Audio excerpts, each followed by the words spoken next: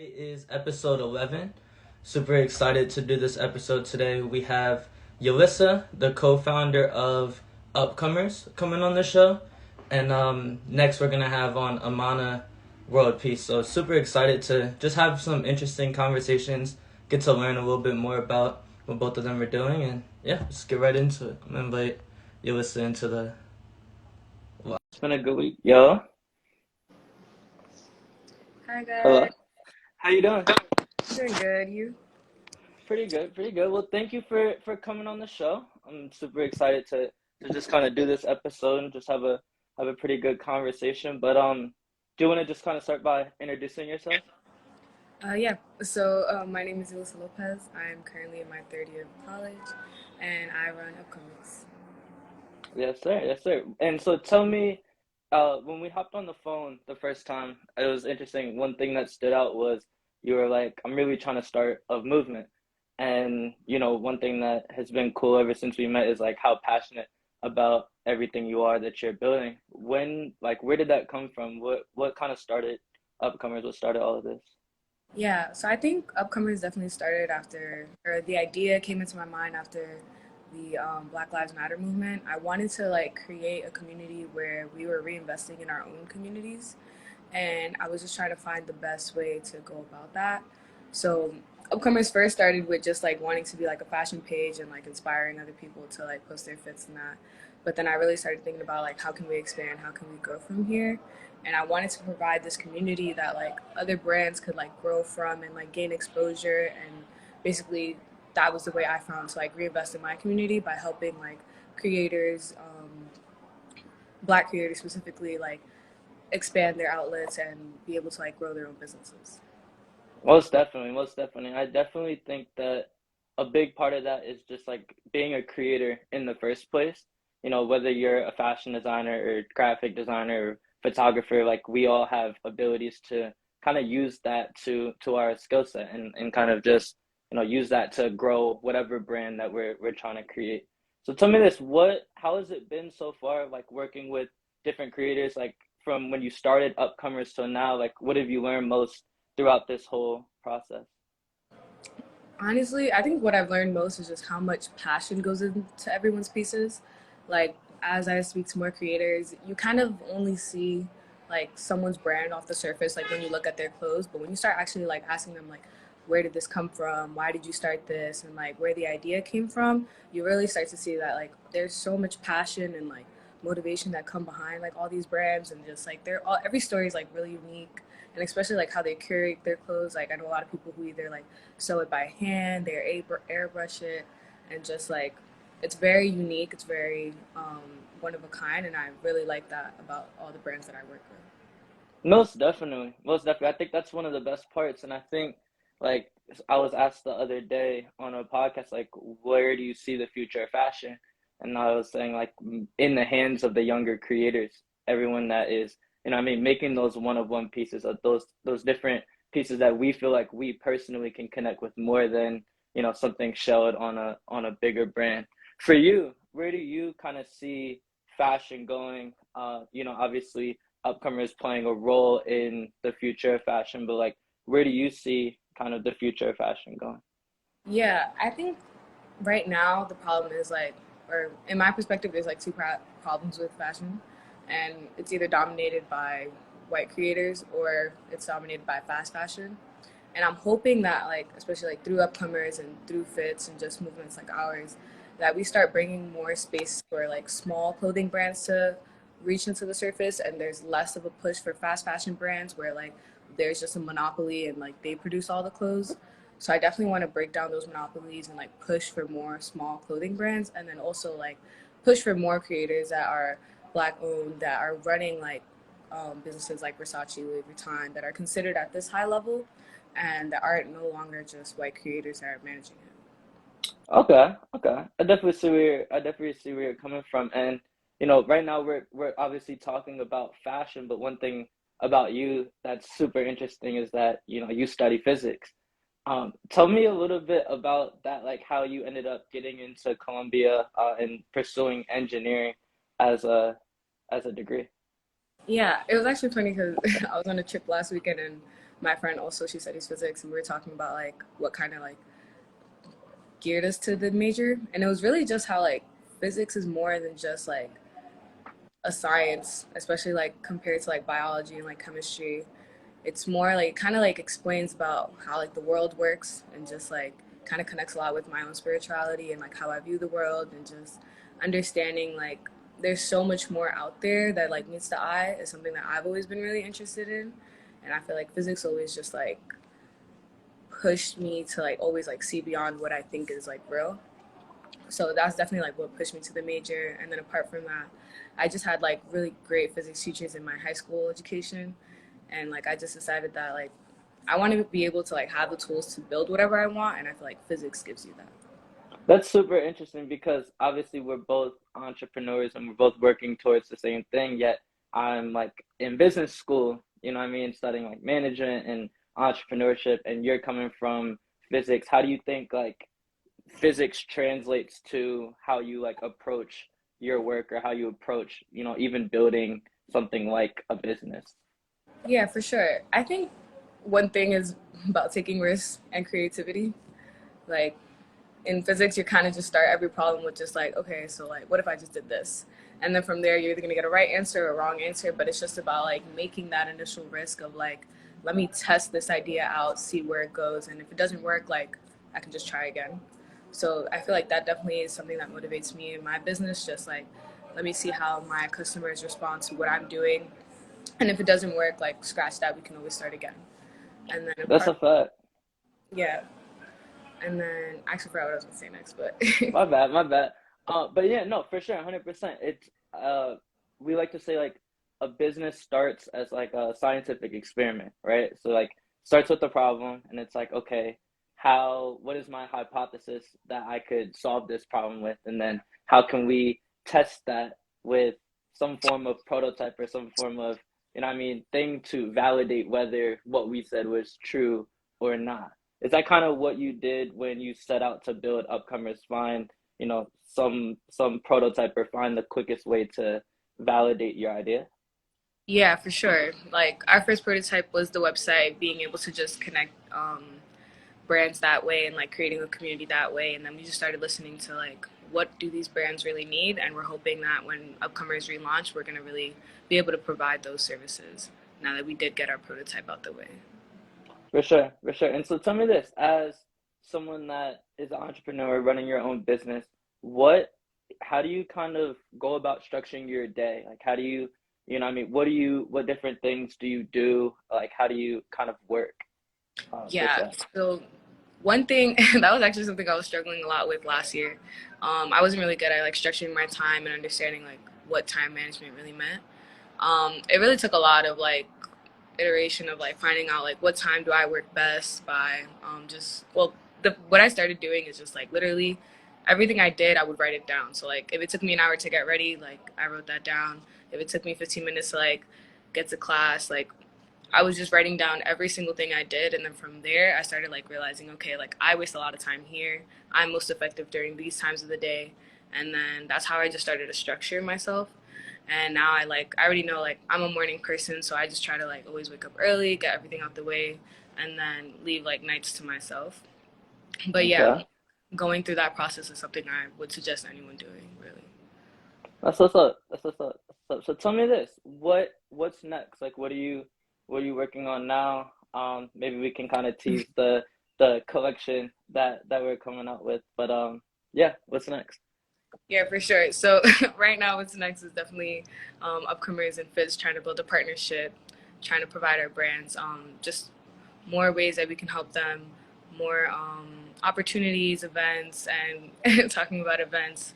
Um, Fitz and I were going to collaborate this upcoming October 15th for a live drop and October 9th for an online drop, just so brands get an opportunity to really get out there. And right now, we're just highlighting brands from like the East Coast area. So it's going to be really dope. I can't wait to like see what we come out with.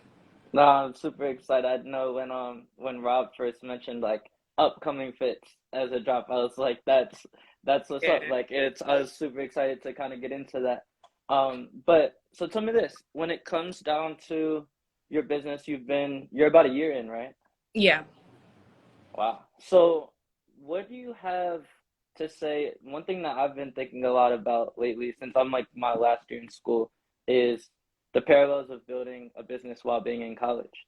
And like, I had a more of a pessimistic view on it last semester, where I was like, you can't do both at the same time. But what advice, and I feel like that's changed for me a little bit at least, in the way I approach things. I feel like I'm a little more hands-on and appreciative of school this semester around. But what advice, I guess, would you have for people starting businesses in college and how to kind of go about navigating, those two different things? Yeah, for sure. I think my first advice is definitely learn how to time manage. Figure out what works best with your schedule. What time do you work best at, and like when do you want to work at your business? Because I feel like that's really important. And then apart from that, like if you're on a college campus, there are so many resources for building a business. Like don't see yourself being at college as a disadvantage. Like you're like in a very particular place where you have so many people that you can connect with. You have so many opportunities to get funding, so many like avenues for you to be able to really push your business forward. You just have to make sure you're looking out for that and utilizing them. That's facts. That's facts. And I think that like one thing I enjoy is just like you're around so many different people. And the best way to learn, for me at least, is learning from other people. And so like being in college, being surrounded by fashion designers, being surrounded up by other, startup founders and stuff. Like I just love kind of having those conversations and those connections and even mentors and professors in a way, and just picking people's brains, seeing how, they approach things. I definitely think kind of helps with everything for sure. Yeah, definitely agree. So we got a couple of minutes before the next brand comes on. What do you think? I guess my question to you is, okay, I have a good one. Um, when I asked you the other day about, you obviously talked about physics, and I asked you about like what is your next, like what do you think the next like piece of revolutionary technology coming out is? Obviously, I'm a big advocate for cryptocurrency. I'm super excited about everything that has to offer, but you had a different answer, and you said quantum computing. And I think that's super interesting just because from the outside looking in, like we don't kind of hear a lot about quantum computing, maybe even in the mainstream. But can you kind of tell me about like why you said that and what is quantum computing in general?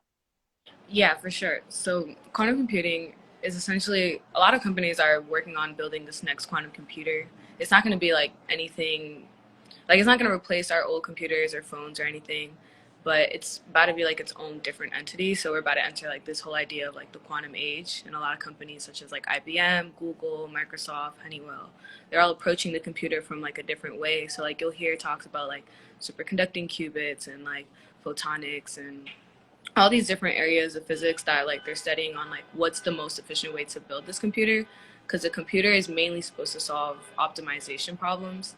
So like think about like scenarios that take have either like a lot of randomization or like include too many factors for like a regular computer to handle. Like the quantum computer can just like do all those kinds of problems very very quickly, but it can't do like regular things quickly. So like that's why the whole idea of like it replacing the computer is like a myth, because you'll still like need your computer to go on Instagram or like do whatever you want to do. So that part won't change at all. Like Yeah. we'll interact with things the same way, but what like what are some use cases do you think for a quantum computer that will like really revolutionize or like really make that big of an impact? Yeah, so like I think like the biggest is probably the health area, just because like medicine is going to be so much easier to develop since we're able to simulate it, like interactions Hmm. between molecules.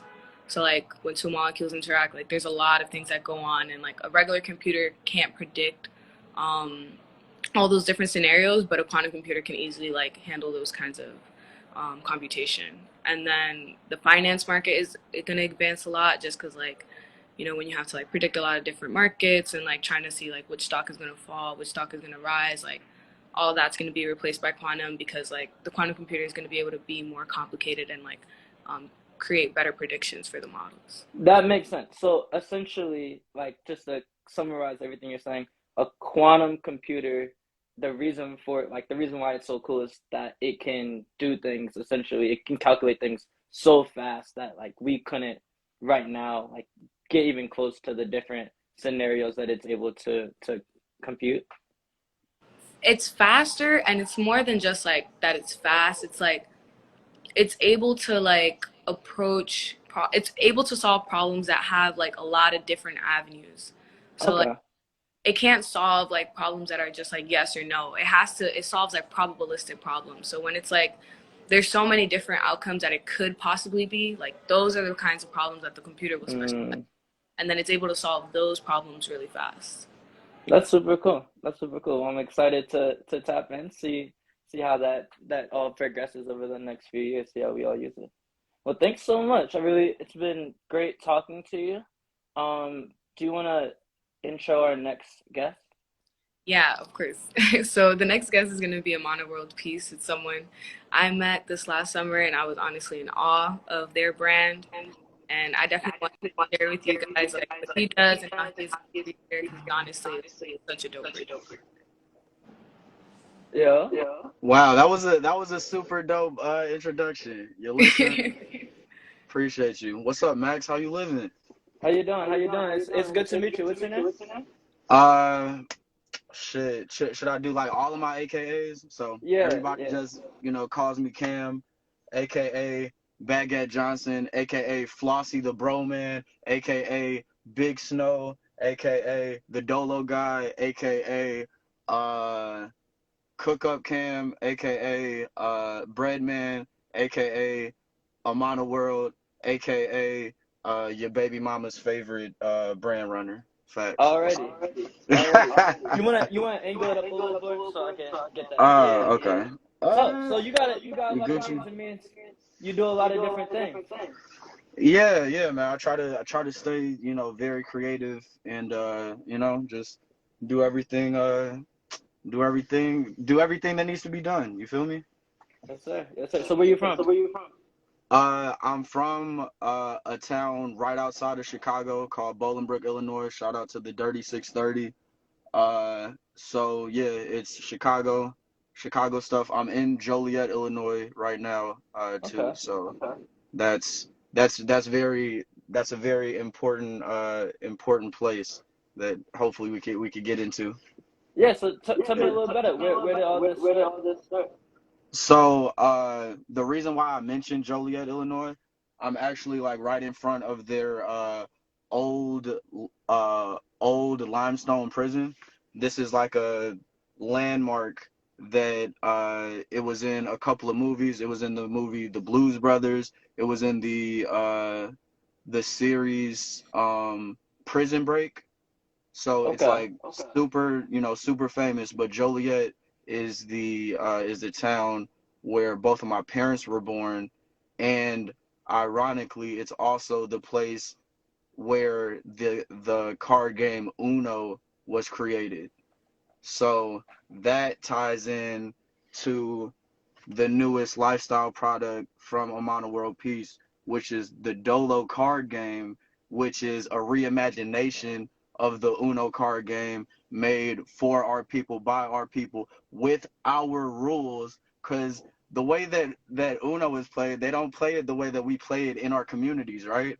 So we rewrote the rule book, redesigned the cards, made it look way more flossy, way more fresh. You know what I mean? Vintage vibes, and yeah, it's a card game that brings together the community, everywhere. So that's why That's that's why fire. we had to do it. That's just fire. Go Let's get ahead. in. Let's get into this. So how did that come to be? Where'd you when did you come up with the idea to kind of rework YouTube or rework Uno? Like where did that come from? So it honestly came from competition. It came from being kind of petty. So the story goes, um, we were going to a couple of different like Web3 conferences across the nation, and we would be interacting with different people doing different Web3 NFT projects and everything, and sometimes there would be some playful banter, and one day, the homie Kalu, she's an artist from Louisville, Kentucky. She was talking mad. Can I curse on here? Yeah, yeah, go ahead. She was talking mad shit about Uno, saying that she was gonna be like the dopest Uno player, and nobody could beat her. So I was like, all right, bet. Next time we see you in person, bring the Uno deck, and we gonna get it cracking. Let's put your money where your mouth is. Then we pull up to the tech conference in LA. I see Kalu. What's up, Kalu? What's up? All love.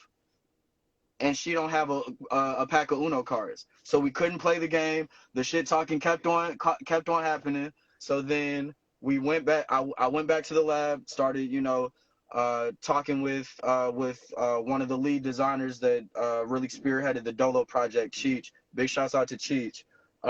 And we just started talking about like what we could like if we could like recreate the Uno card game.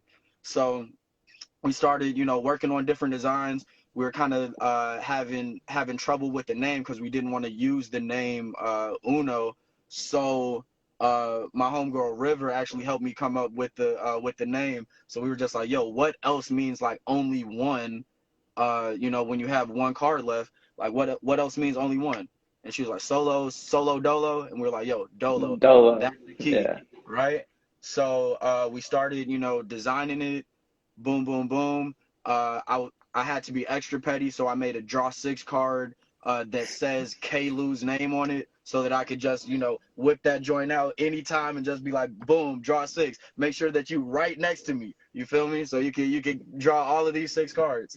And then we didn't find out like the origins of Uno and how they were like so connected to like the roots of my family until like maybe like a week before we were finishing the final like design of the box. So we were Okay. looking through like old archived like vintage boxes of Uno card decks, and I looked in the corner of one and it said like manufactured in Joliet, Illinois, 1970 something. And I was like, damn, like that's literally like where my whole family is from. So it was like, yo, it felt like, some divine timing for us to, really, make this game and bring it to life. Okay. So yeah, that's how it started. So tell me, like just real quick, what are the main differences between Dolo and Uno? Okay, so one of the main differences is the number of cards. So a standard Uno card deck has 110 cards. A Dolo card deck has 106 cards in it because there's no 0 cards. So in Uno, there's 0 through 9 of the numbered cards. In Dolo, it's 1 through 9 because everybody's worth something. Nobody's a 0. So, that's part of like the fabric, like the source of like a mono world peace. It's like, yo, like everybody's worth something, everybody can be peaceful, and we can change the world if we're like doing this shit together. So that's like one of the main differences. Another main difference is you can like stack the draw cards on top of each other. So if Okay. somebody hits you with that draw 6, you can put a draw 2, then the next person got a draw 8. But if that person got a draw 4, then boom, it's a draw 12 on the next person. So yeah, that's another difference. And it's just like, it's way more fun, way more treacherous, and arguably it's got like way better design than Uno. But That's fair. that's just me being a little bit biased. No, this is fire though. This is fire for real. So tell me this: what is your brand? You mentioned the whole mono world piece. Yeah. Tell me a little bit about like where that came from and like what that is, how you translated that into clothes and even Dola. Yeah. So a mono world piece, we we created it to be like a lifestyle brand and a brand that can like bring community together. So we got our start with making like airbrush tees. The first t-shirt that we ever made was the Gat Tatooie 9 t-shirt. That's like uh it pays homage to like those old school like flea market t-shirts that you grab from the flea market. It might have like Tony the Tiger shooting dice with a pimp cane in his hand, just Yeah. like some super like ratchet cartoon shit, right? So uh my homie Shane, like we were smoking one day and we came up with like the idea to like flip like Ratatouille and make it Gatatouille, have him cook and crack with the freaking gun in his hand, like super ratchet shit, some stuff that like a kid would not be able to wear like at school. Like you're going straight to the principal's office if you're wearing this, right? So after we like came up with the concept, I hooked up with my boy Kiko, who's like the best airbrush artist in the world, but like definitely the best airbrush artist on the south side of Chicago. So I just told him the idea. He made that joint, and I gave it to Shane. Then Shane starts wearing it. Everybody's asking them like, "Yo, where did you find this? Like, where did you get this shirt? Like, yo, can I buy that off you?" They're like, "No, you can't buy this. It's I got the only one." But then they came to me and they were like, "Yo, like, can we make some more of these? And then we could sell it to everybody that's asking for them." So we ended up printing them up, selling them, shipping them out.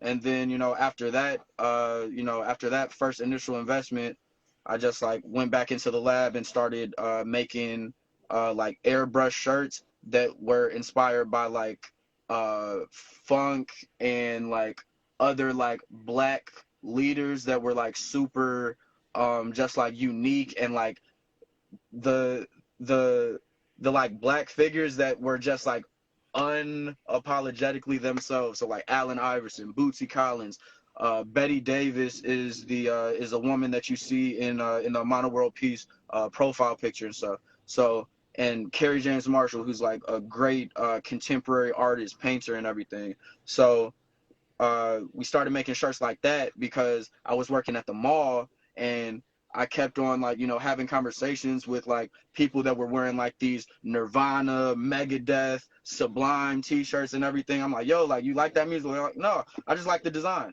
So I was like, "Yo, like, what if we just make cool design shirts that like can spark up a conversation about like a black artist, and like bring more notoriety to a overlooked black artist, rather than just like these rock bands that they might make some great music, but like we trying to put on for our culture, make sure that our culture is seen in a luxurious, positive light." So Most definitely. yeah, Most that's definitely. I think where it started. Hmm. that's what business is all about. You know what I mean? Taking a message, taking, even for me, like I started my own brand back in high school, and it was all about Hmm. like, one of our shirts said culture with like the DMV flag on it. And like Uh-huh. I'm from the DMV, so we had DC, Oh, Maryland, okay. Virginia. Hey, shout out to PG County. Shouts Yes, out sir. to everybody in the DC, Maryland, Virginia area, man. I got family out there too. So Hell yeah, yeah. Hell yeah. shouts out My to the mom born DMV. in PG. That's what's up. Hmm. Um, it seems like you're just an entrepreneur in general, though. You know what I mean? It seems like you do a lot of different things. Where did that come from?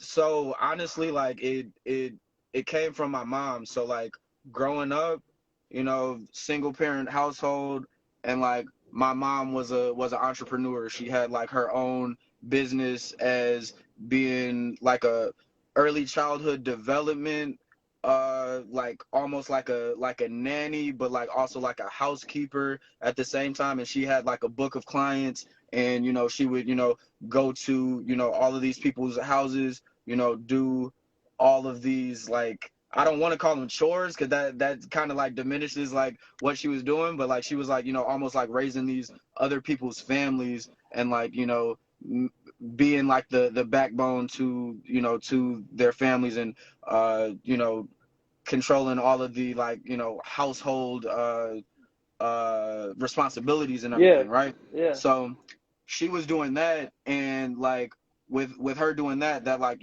also like allowed me to like see like another like side of like wealth and everything. So I was like able to like go to work with her sometimes and see like these freaking mansions, crazy collections of cars, clothes, all of that stuff, right? but then like it also was like showing me like, yo, like you can, be your own boss. You can like, scale your own business and, do this for yourself. So from like seeing my mom and like working like next to my mom, like while she was doing that, when I went to college, I knew that like the only like major that I ever like even wanted to deal with was entrepreneurship. Yes, So sir. went to DePaul University, Chicago, Illinois, graduated with a degree in management, concentration in entrepreneurship. I heard you mention that you're studying the That's same exactly what thing. I'm doing. Yeah. Yeah. That's So what's up. yeah, That's what's that's up. where it came from, and yeah, went and made sure I did the training for it too. Okay, okay. Yeah. I got two more questions. So I mentioned I earlier you mentioned you were in different Web3 conferences. I'm a big, Hmm. Web3 proponent. That's where I want to take our fashion platform going into the Oh hell yeah. future. But tell me like what got you into Web3? What do you think about kind of the creator economy, you as an artist, and you making Yeah. different businesses, how the blockchain plays a role in that? Yeah, so Web3 is dope, and like NFTs like being like, digital collectibles and really being able to, you know, have artists get their like true worth for their art and like, get paid fairly is like really important. I think that like really like changed the game, like shifted the paradigm with, for a lot of people when the introduction of, when Web3, got introduced, right? When people started, uh, participating in Web3. How I got into Web3 was my best friend, Mike B. Like, he damn near dragged me to Art Basel last year. I was like, man, I'm not trying to go. Like, I don't even know like what I'm gonna do out there and everything. Like, I was, I was beginning to, be an artist and everything, and I was just like, man, I don't really know, right? So went to Miami Art Basel, met a whole bunch of people in NFTs, Web3 and everything, and it was like super eye opening. I was like, yo, this is super dope.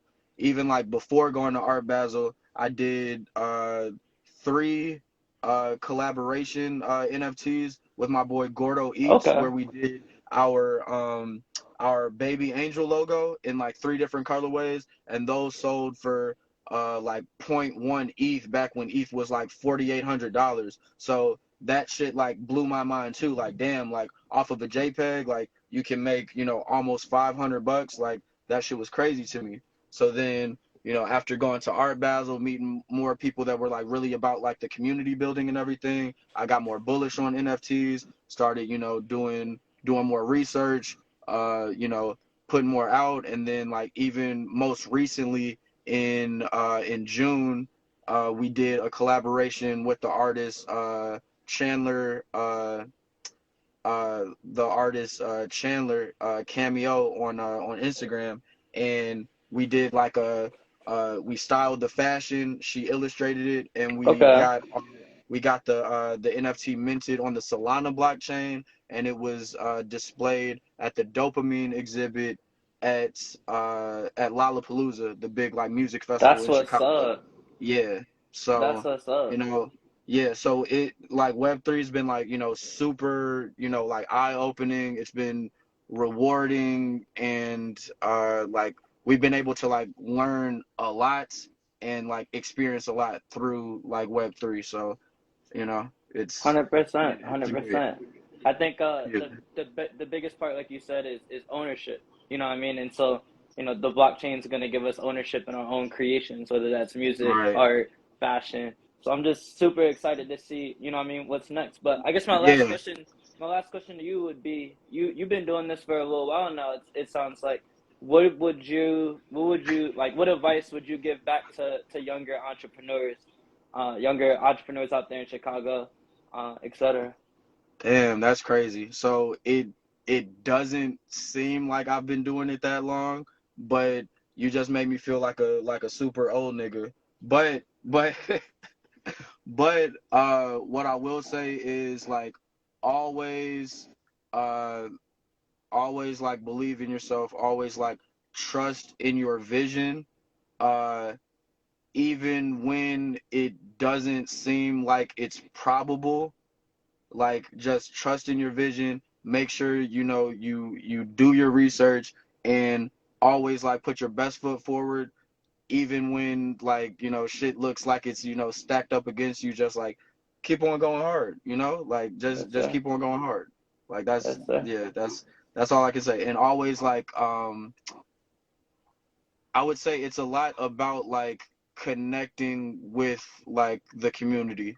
Like that's like the biggest and like most rewarding thing that I've seen like from the Amana World Peace brand is just like when we're doing any type of like in-person activations, the vibes are always like immaculate. The people that like are attracted to the brand, it's like it's really like fulfilling. It really like fills your heart up, and like it's really inspiring to like keep going. So Yes, sir. just like give back to the people that are given to you.